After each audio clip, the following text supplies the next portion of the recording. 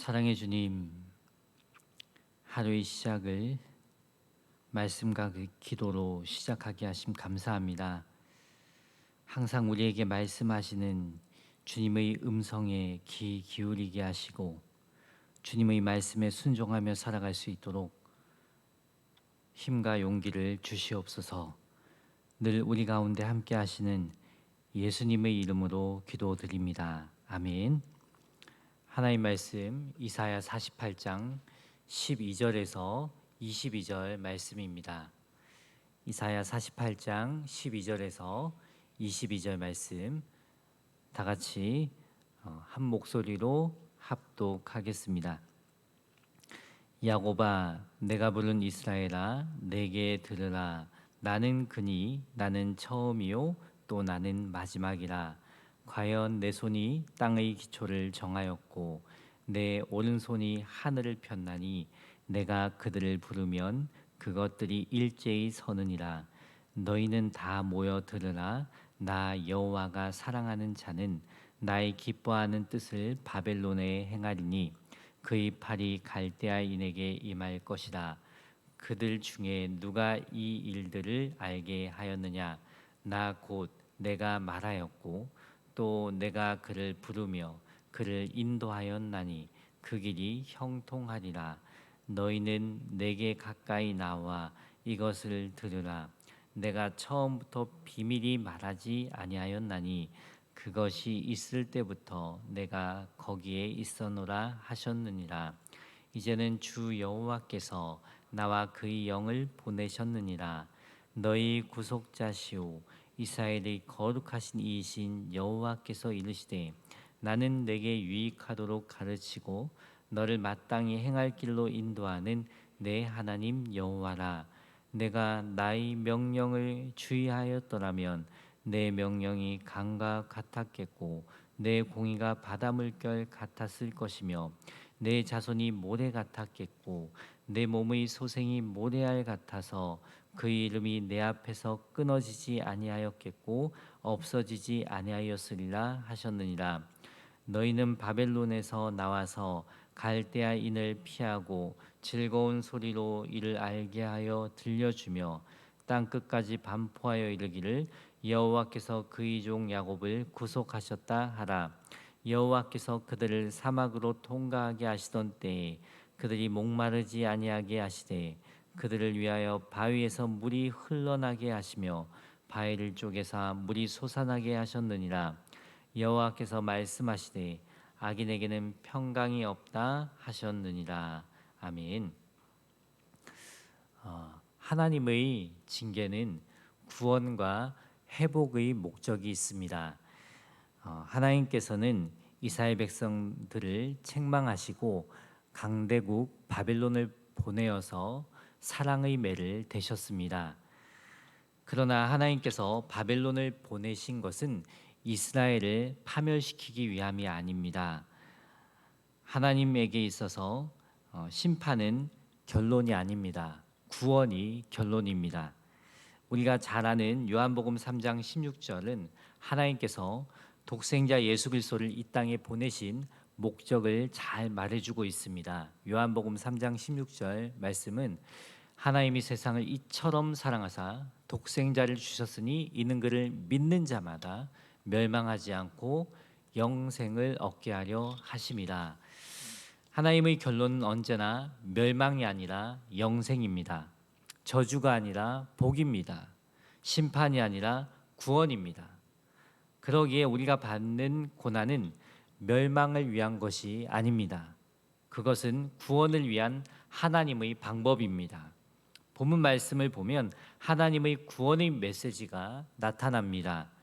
야곱아, 내가 부른 이스라엘아, 내게 들으라. 나는 그니 나는 처음이요 또 나는 마지막이라.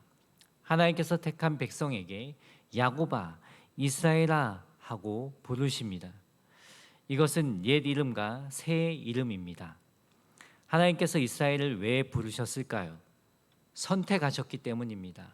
그냥 우연히 심심해서 부르신 것이 아닙니다. 목적이 있어서 부르셨습니다. 우리는 모두 목적이 있는 사람입니다. 사명이 있는 사람입니다. 그리고 하나님께서 나는 그니라고 자신을 소개하십니다. 또한 나는 처음이요 또 나는 마지막이다 라고 하십니다. 그 하나님은 13절에 과연 내 손아 땅의 기초를 정하였고 내 오른손이 하늘을 폈나니 내가 그들을 부르면 그것들이 일제히 서느니라. 천지를 창조하시고 만물을 통치하시고 역사를 다스리시는 하나님의 위엄과 능력과 권위를 느끼게 하는 말씀입니다. 이 위엄과 권위가 있으신 하나님께서 구원과 회복의 말씀을 들으라고 하십니다. 이스라엘을 택하신 하나님은 처음과 마지막 되십니다. 그 위엄과 권위가 있는 하나님 말씀에 이스라엘 백성은 그 말씀을 주의 깊게 듣고 순종해야 합니다. 그분의 말씀으로부터 생명과 구원의 메시지가 주어질 것이기 때문입니다. 하나님께서는 저와 여러분을 하나님의 자녀로 택하여 주셨습니다. 하나님께서 사랑하셔서 자녀 삼아 주신 것입니다. 또 거기에 합당하게 우리를 부르신 목적과 계획이 있으십니다. 우리에게 사명을 주셨습니다. 그렇다면 그 하나님 앞에서 우리는 겸손히 그분의 음성을 들어야 합니다. 하나님의 목적에 맞게 하나님의 뜻대로 우리가 쓰임받기 위해서는 하나님 말씀을 가까이 해야 합니다. 하나님의 말씀을 주의 깊게 듣고 또 그 말씀에 순종하는 삶을 살아갈 때에 복된 인생을 살아가게 되는 것입니다. 사명을 감당하는 인생이 되는 것입니다. 오늘도 하나님의 말씀을 잘 듣고 그 말씀에 순종으로 반응하는 저와 여러분 되길 소망합니다. 14절과 15절 말씀, 너희는 다 모여 들으라. 나 여호와가 사랑하는 자는 나의 기뻐하는 뜻을 바벨론에 행하리니 그의 팔이 갈대아인에게 임할 것이라. 그들 중에 누가 이 일을 알게 하였느냐? 나 곧 내가 말하였고 또 내가 그를 부르며 그를 인도하였나니 그 길은 형통하리라. 먼저 바벨론에게 임할 심판을 말씀하십니다. 사람들은 누구든지 스스로의 힘으로 감당할 수 없는 대상이 있습니다. 그 앞에만 가면 작아지고 절망하고 숨도 쉴 수 없는 세력이 있습니다. 그것이 사람일 수도 있고 권력일 수도 있고 그 무언가일 수도 있겠죠. 이스라엘에게 있어서 바벨론 제국의 그런 대상이었습니다. 바벨론 제국은 이스라엘 백성들이 나라를 빼앗고 성전도 빼앗았어요. 그리고 포로로 끌고 왔어요. 바벨론은 이스라엘에게는 절망이었습니다. 한순간도 숨을 쉴 수가 없었고 자유도 평안도 없었습니다. 늘 두렵고 불행했습니다. 하나님께서는 이렇게 절망하는 이스라엘에게 소망의 메시지를 전하십니다. 하나님께서 바벨론을 심판하시고 하나님의 뜻을 이루시겠다고 말씀하십니다. 16절에 보면 너희는 내게 가까이 나와 이것을 들으라. 내가 처음부터 비밀히 말하지 아니하였나니 그것이 있을 때부터 내가 거기에 있었노라 하셨느니라. 이제는 주 여호와께서 나와 그의 영을 보내셨느니라. 하나님께서는 무슨 일을 하실 때 즉흥적으로 하시지 않습니다. 그냥 말이 나오는 대로 말씀하시는 분이 아니십니다.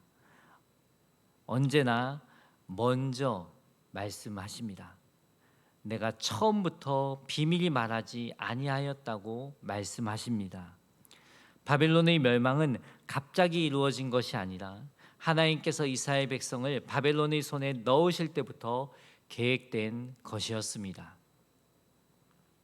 하나님은 우리의 앞날도 미리 다 계획하시고 이루어 나가십니다. 그리고 지금도 우리에게 말씀하고 계십니다. 먼저 말씀해 주시는 분이십니다. 매일 성경 해설에 보면 하나님은 지금도 기록된 말씀을 통해 성령의 조명을 통해 설교자들을 통해 자신의 뜻을 알려주십니다. 주의 말씀을 가까이 함이 복입니다. 성령님께 말씀을 깨닫는 지혜를 구해야 합니다.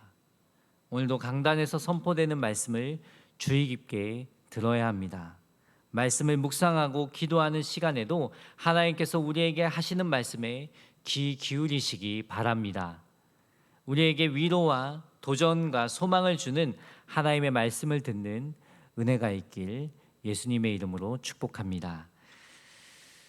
17절 너희 구속자시오 이스라엘의 거룩하신 이신 여호와께서 이르시되 나는 내게 유익하도록 가르치고 너를 마땅히 행할 길로 인도하는 내 하나님 여호와라. 이 말씀은 구원의 결론입니다. 나는 내 하나님 여호와라. 가장 좋은 것을 내게 가르치고 내가 가야 할 길로 이끄는 하나님이다 라는 말씀에 우리는 아멘으로 받아들여야 합니다. 아멘으로 반응해야 합니다. 하나님 우리에게 가장 좋은 것으로, 유익한 것으로, 복된 것으로 우리 삶을 채우시고 가르치시고 인도하시는 분이십니다. 그래서 우리는 그 하나님의 말씀으로 인하여서 새 힘을 얻을 수 있고 오늘을 살아갈 소망과 또 하나님의 놀라운 그런 계획에 우리가 감격할 수 있는 줄 믿습니다. 18절과 19절은 이스라엘 백성이 하나님의 말씀에 순종했을 때 주시는 복에 대한 말씀입니다. 18절과 19절 내가 나의 명령에 주의하였더라면 내 평강이 강과 같았겠고 내 공의가 바다 물결 같았을 것이며 내 자손이 모래 같았겠고 내 몸의 소생이 모래알 같아서 그의 이름이 내 앞에서 끊어지지 아니하였겠고 없어지지 아니하였으리라 하셨느니라. 18절에 평강이 강과 같았겠고, 평강은 삶의 총체적인 안녕을 가리키는 말입니다. 즉 삶의 일부분이 아니라 모든 면에서 안정된 상태를 뜻합니다. 따라서 만일 이스라엘이 하나님의 교훈에 순종했더라면 이 같은 평강이 흘러가는 강물처럼 풍성하였을 것이라는 말씀입니다. 특별히 여기서 강은 유브라테스 강을 가리킨다고 할 수 있습니다. 그 강은 수량이 풍부하여 항상 넘쳐 흘렀습니다. 그리고 공의는 도덕적, 법적인 의미에서 올바른 것을 가리킵니다. 하나님은 공의의 하나님이시죠. 그래서 하나님의 모든 말씀은 의로운 것이기 때문에 그 말씀에 순종했더라면 백성들 개개인은 물론 그 사회 전체의 의로움이 바다 물결처럼 넘쳐 흘렀을 것입니다. 평강과 공의 외에도 순종했을 때 따르는 것은 약속의 성취입니다. 하나님께서는 일찍이 이스라엘 조상인 아브라함과 이삭과 야곱에게 바닷가의 모래와 같이 많은 후손을 약속하셨습니다. 창세기 22장 17절에 내가 내게 큰 복을 주고 내 씨가 크게 번성하여 하늘의 별과 같고 바닷가의 모래와 같게 하리니 내 씨가 대적의 성문을 차지하리라. 이스라엘이 하나님의 말씀에 순종하는 삶을 살았더라면 그 약속은 이스라엘에게 그대로 이루어졌을 것입니다. 그러나 그들은 하나님의 말씀에 순종하지 않았습니다.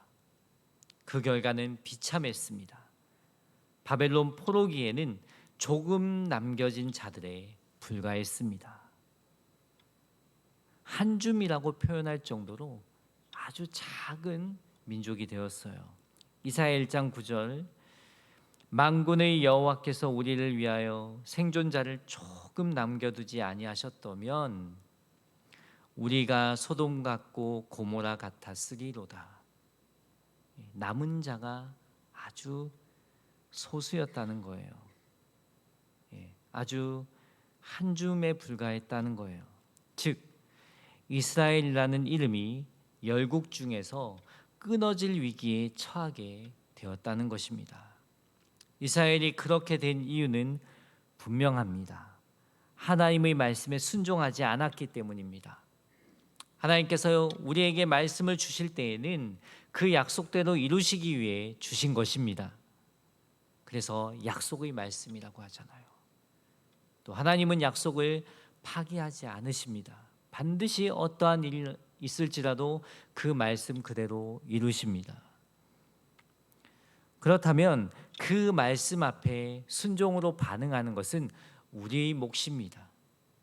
오늘도 하나님의 말씀에 순종함으로 말씀대로 일하시는 하나님을 경험한 하루가 되길 소망합니다. 20절 말씀은 바벨론에서 나와서 하나님의 구원을 선포하라고 합니다. 너희는 바벨론에서 나와서 갈대아인을 피하고 즐거운 소리로 이를 알게 하여 들려주며 땅 끝까지 반포하여 이르기를 여호와께서 그의 종 야곱을 구속하셨다 하라. 먼저 바벨론에게 나오라 합니다. 바벨론에서 나오라는 권면은 혹시 여러 가지 이유로 바벨론에 머물고자 하는 백성들에게 신앙의 각성을 촉구하는 것입니다. 또 다른 표현인 갈대아인을 피하라는 말씀은 바벨론의 부패와 죄악에서 속히 떠나라는 말씀입니다. 이스라엘은 미련 없이 속히 떠나는 것이 하나님 말씀에 순종하는 길입니다. 더불어 그들은 한 가지 중요한 일을 해야 했습니다. 그것은 하나님의 구원을 선포하는 것입니다. 14절 중간에 즐거운 소리로 이를 알게 하여 들려주며 땅 끝까지 반포하여 이르기를 여호와께서 그의 종 야곱을 구속하셨다. 해방된 이스라엘은 하나님의 구원의 역사를 모든 사람에게 전할 의무가 있었다는 것입니다. 이렇게 이스라엘 백성은 바벨론에서 나와야 하는데 나온다고 끝은 아닙니다.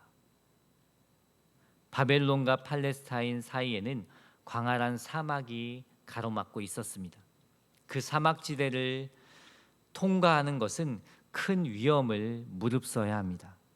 기본적으로 사막은 인간이 살기 어려운 조건이고 마실 물을 구하지 않으면 죽을 수도 있습니다. 이사야는 고국으로 귀환하는 길이 험난한 여정임을 미리 알리고 격려의 메시지를 선포했습니다. 우리 인생길에 하나님은 항상 격려의 말씀을 주십니다. 우리가 믿음을 지키고 살아가는 삶 속에 하나님은 말씀으로 계속 우리를 격려하시고 위로하시고 소망을 주신다는 것입니다. 21절에 보면 여호와께서 그들을 사막으로 통과하게 하시던 때 그들이 목마르지 아니하게 하시되 그들을 위하여 바위에서 물이 흘러가게 하시며 바위를 쪼개사 물이 솟아나게 하셨느니라. 이 말씀은 출애굽 여정을 회상시키는 말씀입니다. 그때 하나님께서는 바위를 쪼개어 물이 솟아나게 하셔서 자기 백성을 목마르지 않게 인도해 주셨습니다.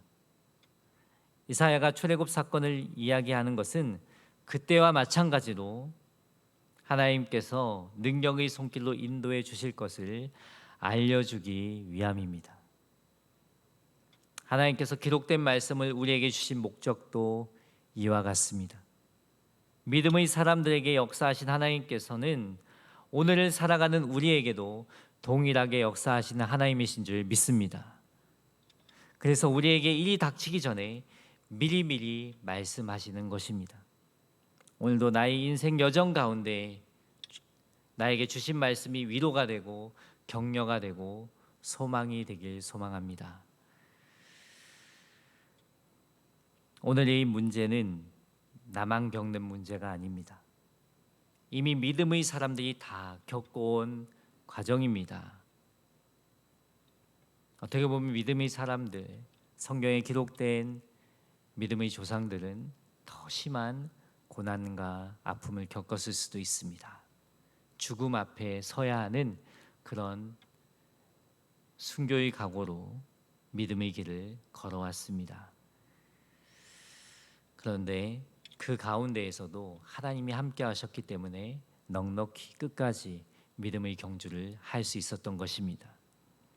하나님은 과거에만 역사하시는 하나님이 아니라 오늘 우리에게도 동일하게 역사하십니다.